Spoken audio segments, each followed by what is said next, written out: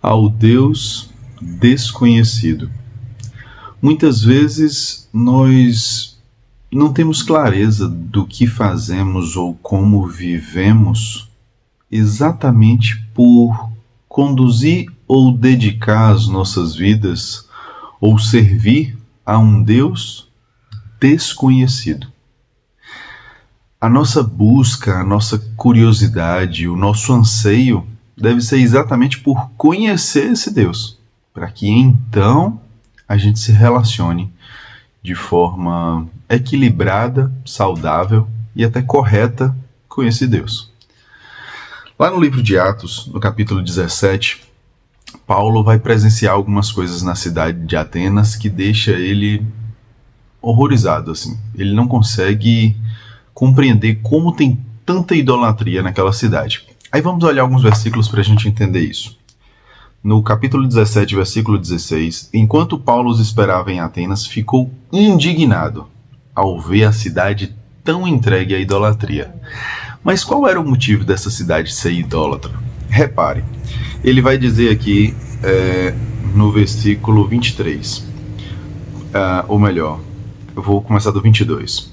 Estando Paulo no meio do Areópago, disse: Homens atenienses, em tudo vejo que sois muito religiosos. E aqui pode parecer até um elogio, né? Eu vejo que vocês têm uma inclinação para a religião, que vocês buscam se reconectar, né, com esse Deus. Religare.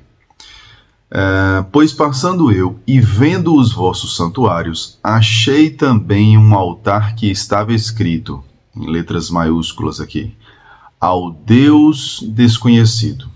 Ora, esse que vós adorais sem conhecer é o que vos anuncio. Então alguns deles diziam: olha, a gente não está entendendo essa coisa que você está falando, de um homem que veio, morreu na cruz, que ressuscitou, não estou entendendo. Aí Paulo vai explicar: olha, vocês dizem que não estão entendendo, mas eu vi aqui que vocês têm templos ao Deus desconhecido. Pois bem, eu estou falando desse Deus. Esse Deus que vocês estão servindo sem conhecer, eu estou apresentando ele a vocês exatamente porque eu o conheço.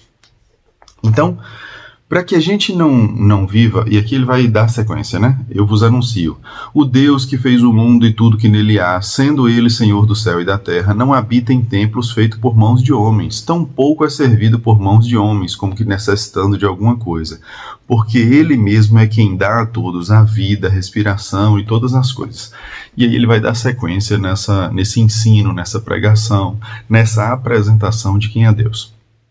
Mas o que eu gostaria de chamar a atenção nessa breve mensagem é que muitas vezes nós falhamos, pecamos ou conduzimos as nossas vidas erradas, ainda que com hábitos religiosos, exatamente por não conhecer esse Deus. Quando a gente se relaciona intimamente com esse Deus, a gente caminha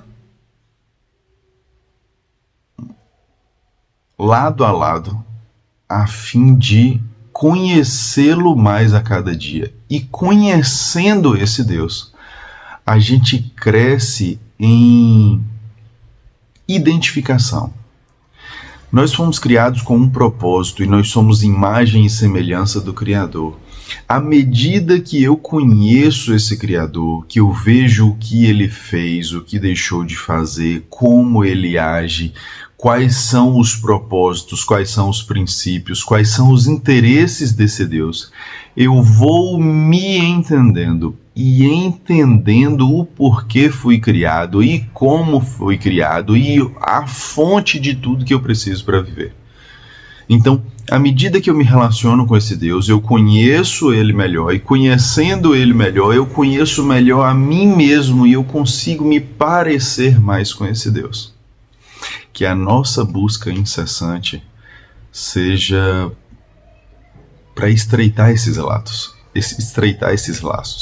e reduzir cada dia mais essa parte desconhecida de Deus. Quanto mais conhecido ele for, menos seremos religiosos e mais seremos cristãos. Menos a gente vai estar apegado a coisas de mãos humanas e mais a gente vai compreender a grandeza e a soberania desse Deus. Que Deus tenha misericórdia de todos nós, por todas as vezes que adoramos um Deus desconhecido, e que nós possamos nos relacionar intimamente com Ele, a ponto de não só mudar a nossa conduta, o nosso modo de viver, mas gerar isso num efeito cascata, em cadeia, que a gente possa criar uma rede onde a gente transborde em tantos outros e fala: vem ver como é gostoso relacionar com esse Deus vivo e real. Também conheça, deixa eu te apresentar e entender a leveza que é o compartilhamento desse evangelho. Compartilhe essa mensagem. Deus abençoe o seu dia.